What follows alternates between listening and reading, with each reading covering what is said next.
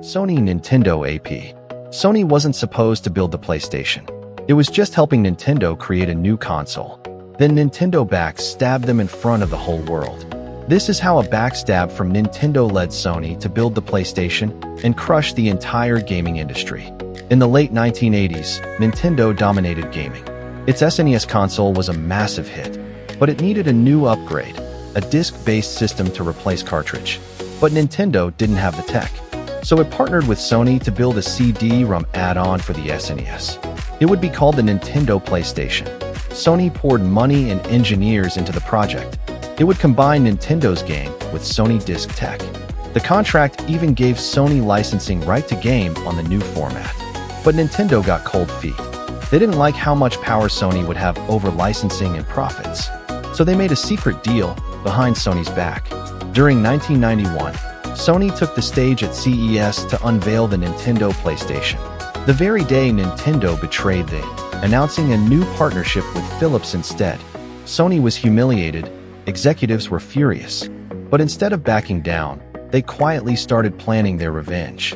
Sony made a decision. If Nintendo didn't want their help, they'd build a console of their own.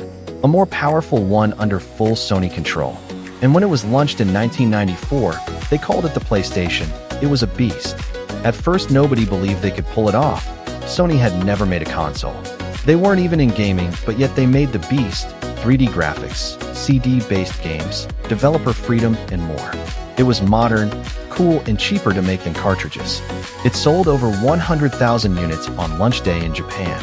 And when it hit the U.S., it outsold the Sega Saturn and buried Nintendo's N64. By 1999, the PlayStation had sold over 70 million units. Nintendo was no longer king, and Sony had become a gaming empire. Today, PlayStation is one of the most successful brands in gaming history. Sony dominated console sales, and Nintendo Nerve got the power back. Ironically, Nintendo betrayal gave Sony everything it needed: the tech, the motivation, and grudge. Sony's revenge wasn't loud. It was strategic, and it built a $100 billion gaming legacy. Thank you for watching.